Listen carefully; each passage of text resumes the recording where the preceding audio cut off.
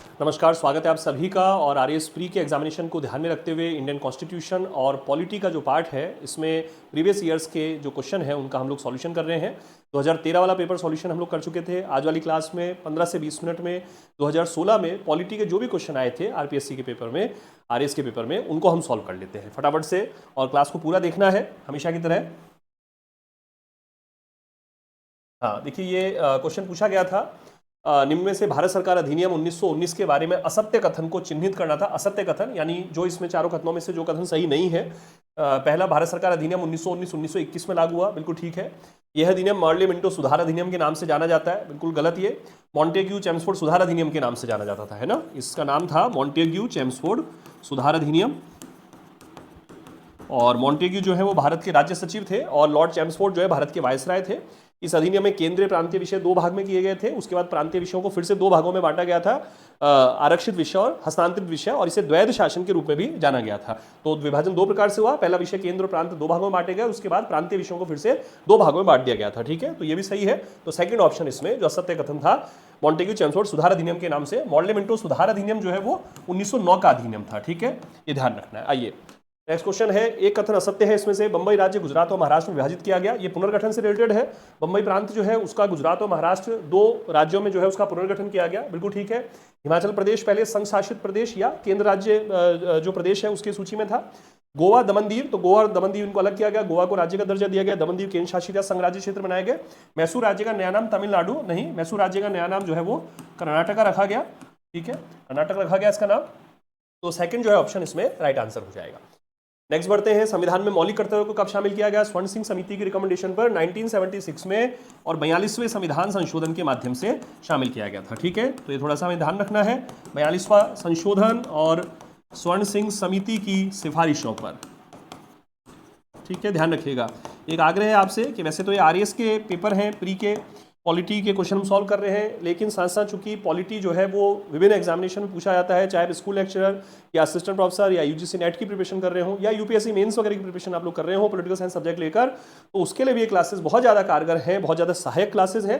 क्योंकि पॉलिटी का तो सिलेबस देखिए कॉमन ही होता है ना, भारतीय संविधान राज्य व्यवस्था, और क्वेश्चन आरपीएससी दे रही है। तो आरपीएससी के जो भी पेपर्स आने वाले दिनों में होंगे आपके, उन सभी में ये वाली क्लासेस जो है उनका अत्यधिक महत्व है, तो इनको पूरा पूरा आपको देखना है। तो इसमें सेकंड ऑप्शन आ गया। इसके बाद आगे बढ़ते हैं। केंद्रीय सूचना आयुक्त का कार्यकाल, देखिए 2016 का पेपर है, इसलिए इसमें ये जो क्वेश्चन है, आज अगर ऐसा क्वेश्चन आता है तो उसमें चेंज हो जाएगा। ये 2016 का पेपर है ना। 2016 में जो है वो था 5 वर्ष या 65 वर्ष की आयु तक। ठीक है, यहां ध्यान रखिए, 5 वर्ष या 65 वर्ष की आयु तक। और अभी 2019 में जो आरटीआई एक्ट है, आरटीआई का जो एक्ट है, आरटीआई एक्ट में संशोधन किया गया, जिसके अंतर्गत अब याद रखिएगा अच्छे से, सूचना आयुक्तों का जो कार्यकाल है वो 5 वर्ष या 65 वर्ष नहीं रह गया है, बल्कि सूचना आयुक्तों का कार्यकाल जो है वो केंद्र सरकार अधिसूचित करेगी। ठीक है, तो अब अगर क्वेश्चन आता है तो लैंग्वेज देख लीजिएगा। ये क्वेश्चन चूंकि 2016 में था, उस समय के लिहाज से इसका आंसर जो था वो थर्ड नंबर था, 5 वर्ष या 65 वर्ष की आयु तक। ठीक है, फिर बढ़ते हैं नेक्स्ट क्वेश्चन की तरफ। हम लोग निम्नलिखित में से किस विधायी सदन को समाप्त किया जा सकता है? देखिए उत्सादन, ये जो समाप्त शब्द है इसके लिए एक्चुअली कॉन्स्टिट्यूशन में जो शब्द है वो उत्सादन शब्द है हिंदी में, इंग्लिश में इसको अबॉलिश कहा गया है। तो संविधान जो है उसके अंतर्गत आर्टिकल 169 जो है वो कहता है राज्यों में विधान परिषद जो है उसका उत्सादन या सृजन किया जा सकता है। ठीक है, तो अनुच्छेद 169 जो है, ध्यान रखना है आपको प्रिय विद्यार्थियों, आर्टिकल 169 विधान परिषद का राज्यों में सृजन या उत्सादन, है ना, विधान परिषद का सृजन या उत्सादन, ये भंग नहीं होती है ना, ध्यान रखिए। भंग होना अलग चीज है, भंग होने से कार्यकाल खत्म होता है, फिर चुनाव होते हैं और उसके बाद एक नया कार्यकाल शुरू होता है। उत्सादन समापन में वो संस्था ही समाप्त हो जाती है, बाद में यदि वापस से उस संस्था को सृजित करना है तो फिर उसका पिछले कार्यकालों से उसका कोई लेना देना नहीं है, वो नई संस्था के रूप में वापस से वहां क्रिएट की जाती है। तो ध्यान रखिएगा, इसलिए क्या होता है कई बार राज्यसभा और विधान परिषद की भी तुलना कर दी जाती है ना, ध्यान रखिएगा। राज्यसभा विधान परिषद की तुलना की जाती है, क्योंकि राज्यसभा भी कभी भंग नहीं होती, विधान परिषद भी भंग नहीं होती, लेकिन राज्यसभा स्थायी सदन में कभी समाप्त नहीं हो सकता है ना। कॉन्स्टिट्यूशन के किसी आर्टिकल में, किसी सेक्शन में उसके समापन या उसके निर्माण का ऐसा कोई संदर्भ रखा ही नहीं गया, लेकिन विधान परिषद के लिए कहा गया कि वो सृजित भी हो सकती है, यदि कहीं है वहां उसादन हो सकता है, और जहां नहीं है वहां उसका सृजन हो सकता है। ठीक है, तो ध्यान रखेंगे इसमें थर्ड जो है इसमें राइट आंसर हो जाएगा। ठीक है, आगे बढ़ जाते हैं, 3 number right answer. Next question है, राज्यों के निम्न से किस समूह पर पेशा कानून यानी पंचायत अनुसूचित क्षेत्र विस्तार अधिनियम जो 73वां संविधान संशोधन है उसके अंतर्गत लिखा गया था कि ये जो संविधान संशोधन के माध्यम से पंचायती राज के जो प्रावधान है वो भारत में कुछ राज्यों में कुछ क्षेत्रों पर लागू नहीं होंगे। कालांतर में दिलीप सिंह भूरिया कमेटी बनाई गई, उस कमेटी की रिकमेंडेशन पर पेशा कानून लागू किया गया, और पेशा कानून यानी पंचायत अनुसूचित क्षेत्र विस्तार अधिनियम यानी पंचायती राज के जो प्रावधान है, कुछ विशेष पावर्स के साथ ग्राम सभाओं को विशेष शक्तियां दी जाती हैं, भूमि अधिग्रहण के विषय है, खनन से रिलेटेड विषय है, वहां किसी प्रकार के वहां व्यापार से रिलेटेड विषय है, सामुदायिक संपत्तियों से रिलेटेड विषय है, आपसी विवादों के निपटारे से रिलेटेड विषय है। इसके संबंध में वहां उन पंचायती राज जो संस्थाएं हैं उनको विशेष प्रकार की शक्तियां दी जाती हैं। तो भारत के 10 राज्यों में पेशा कानून का विस्तार है, अभी 10 राज्यों में पेशा कानून का विस्तार है, और राजस्थान के भी कुछ डिस्ट्रिक्ट और कुछ क्षेत्र हैं जहां पेशा कानून लागू होता है। तो 10 राज्यों में तो है ये, लेकिन इसमें असम, मेघालय, तमिलनाडु का जो समूह है उसमें जो है पेशा कानून प्रवर्तनीय नहीं है। तो 1 इसमें राइट आंसर हो जाएगा। राजस्थान, तेलंगाना, महाराष्ट्र, हिमाचल प्रदेश, गुजरात, छत्तीसगढ़, आंध्र प्रदेश, झारखंड, ओडिशा, इनमें जो है ये लागू है। ठीक है, तो Assam, Meghalaya, Tamil Nadu, 1 number is right answer. Next question बढ़ते हैं, निम्नलिखित में से किन राज्यों या संघ शासित क्षेत्र के समूह में किसकी लोकसभा में केवल एक सीट है। एक इस प्रकार का क्वेश्चन जो है फैक्चुअल कई बार पूछ लेते हैं, तो जो भी राज्यों की जो सीटें हैं, संघ राज्य क्षेत्रों की सीटें हैं, वो थोड़ा ध्यान रख लें, लोकसभा, राज्यसभा और पर्टिकुलर उन राज्यों की विधानसभाओं की। ये फैक्चुअल क्वेश्चन है, कभी भी पूछ लिया जाता है, जिससे 2016 में पूछा गया। तो थर्ड ऑप्शन जो है इसमें चंडीगढ़, सिक्किम और मिजोरम, इन तीनों में जो है एक एक सीट है। संघ राज्य क्षेत्र जो केंद्र शासित प्रदेश है उसके अंतर्गत दिल्ली में तो 7 सीटें हैं, और जो अन्य जो संघ राज्य क्षेत्र आते हैं तो वहां चंडीगढ़ जो है उसमें 1 सीट है, सिक्किम और मिजोरम जो स्टेट है उनमें भी एक एक सीट है। ठीक है, यहाँ जो अन्य राज्य हैं, अरुणाचल प्रदेश है, मेघालय है, नागालैंड है, इधर मणिपुर है, इनमें 2-2 सीट आ जाती हैं। तो चंडीगढ़, सिक्किम, मिजोरम जो है इसमें थर्ड नंबर एक एक सीट है।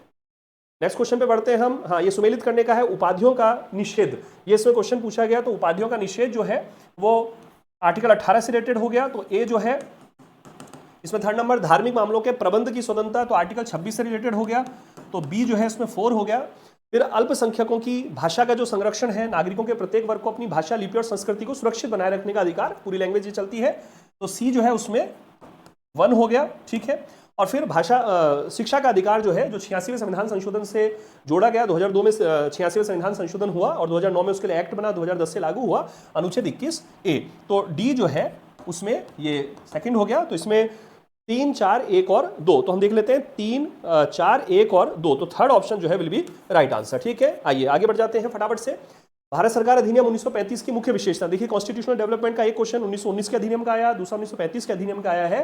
तो इसमें प्रांतीय स्वायत्ता, प्रांतीय स्वायत्ता का मतलब था कि प्रांतों को जो है बहुत सारे मामलों में जो है अपना खुद की विधायी जो विषय है, कार्यकारी जो विषय, वित्तीय विषय, उनके निर्धारण की आजादी दी गई, केंद्र के नियंत्रण से उनको मुक्त रखा गया। आजाद भारत के संविधान में भी हम प्रांतीय स्वायत्ता देखते हैं, जैसे राज्य सूची ये प्रांतीय स्वायत्ता का संकेत है, संवर्ती सूची प्रांतीय स्वायत्ता का संकेत है, राज्यों की अपनी प्रशासनिक मशीनरी प्रांतीय स्वायत्ता का संकेत है। ठीक है, राज्यों की अपनी बहुत सारी जो योजनाएं हैं, कार्यक्रम है, ये प्रांतीय स्वायत्ता के संकेत होते हैं। राज्य का अपना जो प्रशासन है, राज्य की अपनी जो सरकार है, ये सब प्रांतीय स्वायत्ता के संकेत है। स्पेशली भारतीय संविधान का जो भाग 6 है, जो राज्यों के नाम से जाना जाता है, वो एक तरह की प्रांतीय स्वायत्ता कहलाती है। ठीक है, ध्यान रखिएगा।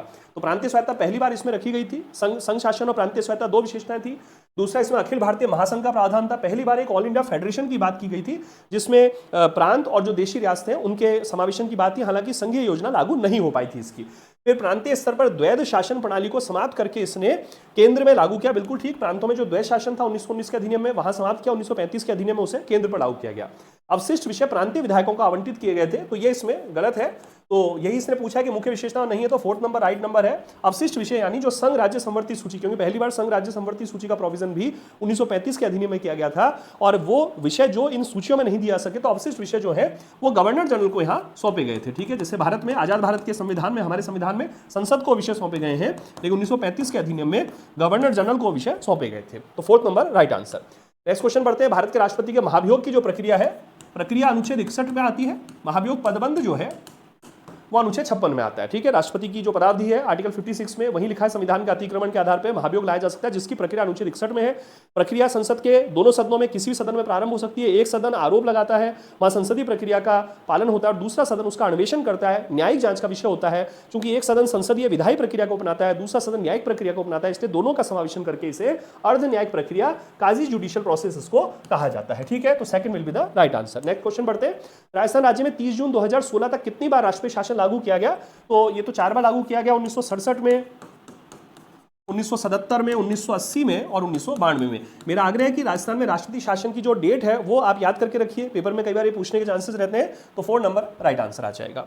नेक्स्ट क्वेश्चन बढ़ते हैं। 1952 के परिसीमन आयोग ने, ये सब फैक्चुअल क्वेश्चन है, देखिए राजस्थान वाले, राजस्थान विधानसभा की सदस्य संख्या कितनी निर्धारित की थी? तो 160 निर्धारित की गई थी। ठीक है, फिर 160 के बाद परिसीमन हुआ जब, तो 176, 176, फिर 184, 184 और फिर 200। छठी विधानसभा से 200 सीटें हो गई, जो वर्तमान में भी 200 है, उस समय 160 की गई थी। ठीक है, तो दूसरा इसमें राइट आंसर हो गया। नेक्स्ट क्वेश्चन है, राजस्थान के राज्यपाल के रूप में श्री कल्याण सिंह की नियुक्ति के पूर्व निम्न में से कौन राज्य के कार्यवाहक राज्यपाल थे? देखिए ये 2014 की बात है, 2016 का पेपर था, 2014 की बात पूछी गई, क्योंकि 2014 से 2019 तक कल्याण सिंह जी राजस्थान के राज्यपाल रहे। उनके कार्यभार ग्रहण करने से पहले और मार्गरेट अल्वा के त्यागपत्र के बाद से, मार्गरेट अल्वा और कल्याण सिंह इनके कार्यकाल के मध्य उत्तर प्रदेश के राज्यपाल थे राम नायक, उनको राजस्थान के राज्यपाल का अतिरिक्त कार्यभार सौंपा गया था। तो इसमें 3 नंबर राइट आंसर आ जाएगा। ठीक है, ध्यान रखिए 2014 से 2019 तक कार्यकाल रहा कल्याण सिंह जी का, और ये 2016 का पेपर था। तो ये आप समझ लीजिए कि 1-2 साल के भी उस समय जो घटनाक्रम है इस प्रकार के वो क्वेश्चन पूछे जाते रहे हैं, पूछे जा सकते हैं। इसीलिए इन्हीं चीजों को जानने के लिए हम पेपर सॉल्यूशन कर रहे हैं, और मैं समझता हूं कि यदि आप समझ पा रहे हैं मेरी इस मेहनत को, तो निश्चित रूप से आप जुड़े भी रहेंगे और इन चीजों को बहुत सिंसियरली ग्रहण करेंगे। इनसे निश्चित रूप से आगामी एग्जामिनेशन में हमें फायदा मिलेगा, ये आप तय मानिए। राजस्थान लोक सेवा के अध्यक्ष के रूप में निम्न में से किसका कार्यकाल सबसे लंबा था? तो डीएस तिवारी 1951 से 1958 तक, लगभग 6 साल से भी अधिक समय तक इनका कार्यकाल रहा। तो 3rd नंबर आ गया। ये फैक्चुअल क्वेश्चन है, किसका कार्यकाल सबसे अधिक लंबा रहा, किसका कार्यकाल सबसे छोटा रहा, ऐसे क्वेश्चन पूछने की हमेशा संभावना रहेगी। ठीक है, नेक्स्ट क्वेश्चन है, जिला दंड नायक के रूप में जिला कलेक्टर की शक्तियां। देखिए जिला प्रशासन जब हम पढ़ते हैं, मैं यूट्यूब पे जिला प्रशासन की आगामी दिनों में क्लास ले लूंगा, एक या एक से अधिक क्लास ले लूंगा, आप निश्चित रहिएगा, है ना, बढ़िया तरह से उस पर बात करेंगे। तो जब जिला कलेक्टर की हम शक्तियां पढ़ते हैं तो उसमें जिला कलेक्टर दंड नायक के रूप में काम करता है, जिला कलेक्टर के रूप में काम करता है, प्रशासनिक अधिकारी के रूप में काम करता है, विकास अधिकारी के रूप में काम करता है, आपदा प्रबंधन अधिकारी के रूप में कार्य करता है, विविध उसकी और भी कार्य है। तो यहां पूछा गया है जिला दंड नायक, यानी कि डिस्ट्रिक्ट जो मैजिस्ट्रियल पावर जो उसके पास है, तो उसमें कानून व्यवस्था बनाए रखना, डेफिनेटली कानून व्यवस्था से ही रिलेटेड है, पुलिस पर नियंत्रण रखना, जिला जो पुलिस अधीक्षक हैं उनके माध्यम से पुलिस पर नियंत्रण रखते हैं वो, और विदेशियों के जो पारपत्र होते हैं, यानी कि उनके जो पासपोर्ट हैं उसकी जांच करना, ताकि पता चले भाई कोई अवैध नागरिक तो नहीं रह रहे हैं कहीं से किसी प्रकार से, और जिस कार्य के लिए जिस समय के लिए आए उतने समय तक उनका जो है प्रवास हो रहा है या नहीं हो रहा है। तो ये 3 विषय तो दंड नायक के रूप में है। भू राजस्व एकत्रित करना ये कलेक्टर का कार्य है, ये कलेक्टर की भूमिका है ना, कलेक्ट करना रेवेन्यू।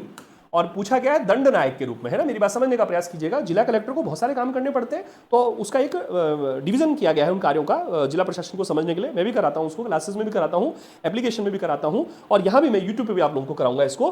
तो ABC 3 ऑप्शन जो है इसमें राइट ऑप्शन हो जाएंगे। ठीक है, आइए साहब आगे बढ़ जाते हैं। राजस्थान के राज्यपाल कुलाधिपति होते हैं, है ना, चांसलर होते हैं राजस्थान के राज्यपाल, और वो कुलपतियों की जो वाइस चांसलर होते हैं उनकी नियुक्ति करते हैं।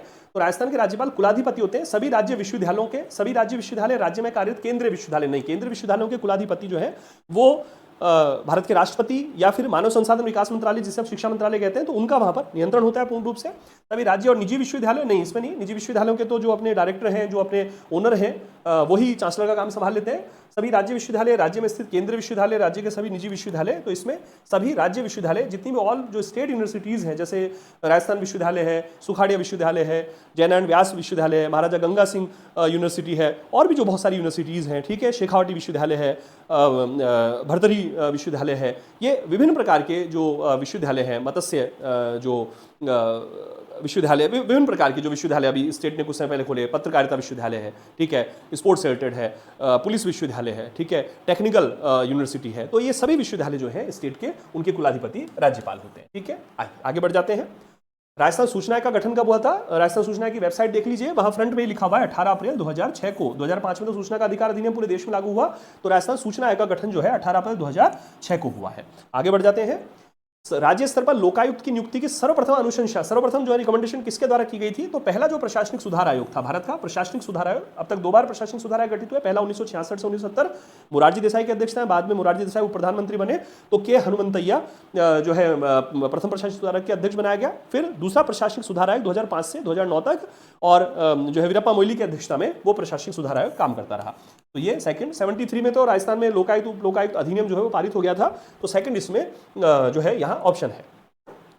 फिर है 2 अथवा 2 से अधिक राज्यों के लिए संयुक्त लोक सेवा अध्यक्ष की नियुक्ति कौन करता है? यह अनुच्छेद 316 का विषय है, ठीक है। आर्टिकल 316 में जो लोक सेवा आयोग के अध्यक्ष सदस्य हैं, जैसे यूपीएससी और ज्वाइंट पब्लिक सर्विस कमीशन के अध्यक्ष और सदस्यों की नियुक्ति भारत के राष्ट्रपति करते हैं, और राज्य लोक सेवा आयोग के अध्यक्ष और सदस्यों की नियुक्ति उन राज्यों के राज्यपालों के द्वारा की जाती है, ठीक है। तो इसमें ध्यान रखिए भारत के राष्ट्रपति द्वारा। अच्छा, एक ऑप्शन देखिए इसमें है कि संबंधित राज्यपालों की सिफारिश पर भारत के राष्ट्रपति द्वारा। मेरा आपसे हमेशा आग्रह रहता है कॉन्स्टिट्यूशन का पेपर सॉल्व करते समय कॉन्स्टिट्यूशन की जो शब्दावली है उसको ही हम सबसे पहले ध्यान रखेंगे। तो आर्टिकल 316 में ये लैंग्वेज कहीं नहीं लिखी, वहां लैंग्वेज लिखी है यूपीएससी और ज्वाइंट पब्लिक सर्विस कमीशन के अध्यक्ष और सदस्यों का जो अपॉइंटमेंट है भारत के राष्ट्रपति द्वारा किया जाता है, ठीक है। तो second will be the right answer. आइए आगे बढ़ते हैं। राजस्थान का राज्य निर्वाचन आयोग जो है वो एक संवैधानिक संस्था है, क्योंकि 73वें संविधान संशोधन के अधिनियम के अंतर्गत जो पंचायती राज और नगरीय निकाय हैं उनके निर्वाचन कराने के लिए राज्य निर्वाचन आयोग के रूप में संवैधानिक संस्था एस्टेब्लिश की गई है। उनको आधार बनाते हुए राजस्थान में राज्य निर्वाचन आयोग का गठन किया गया है। तो संवैधानिक संस्था है, ये एक कॉन्स्टिट्यूशनल अथॉरिटी है, ठीक है, ये ध्यान रखना है हमको, है ना। और ऐसे ही राज्य वित्त आयोग जो है वो एक संवैधानिक संस्था के रूप में है, क्योंकि ये 73वें और 74वें संविधान संशोधन के माध्यम से कॉन्स्टिट्यूशन में इनका समावेशन किया गया। तो राजस्थान का राज्य निर्वाचन आयोग संवैधानिक संस्था के रूप में कार्यरत है, ठीक है। तो इस प्रकार से आज भी लगभग हमने 17-18 मिनट में करीब मेरे हिसाब से 15-18 क्वेश्चन जो 2016 के आए और आरपीएससी की वेबसाइट से मैंने क्वेश्चंस को लिया और थोड़ा सा इसकी व्याख्या कर दी, समझा दिया है।